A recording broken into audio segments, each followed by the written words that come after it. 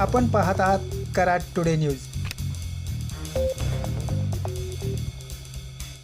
कोयना पाणलोट क्षेत्रात पावसाचा जोर कायम असल्याने धरणाचे दरवाजे 6 फुटांवर स्थिर आहेत.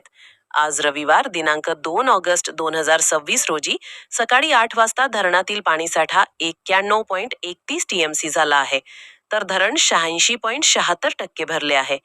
आज सकाळी 8 वाजेपर्यंत कोयना येथे 63 मिलीमीटर, नवजा येथे 55, तर महाबळेश्वरला 88 मिलीमीटर पावसाची नोंद झाली आहे. सध्या धरणात 49,073 क्युसेक पाण्याची आवक सुरू असून धरणातून एकूण 33,826 क्युसेक विसर्ग सुरू आहे.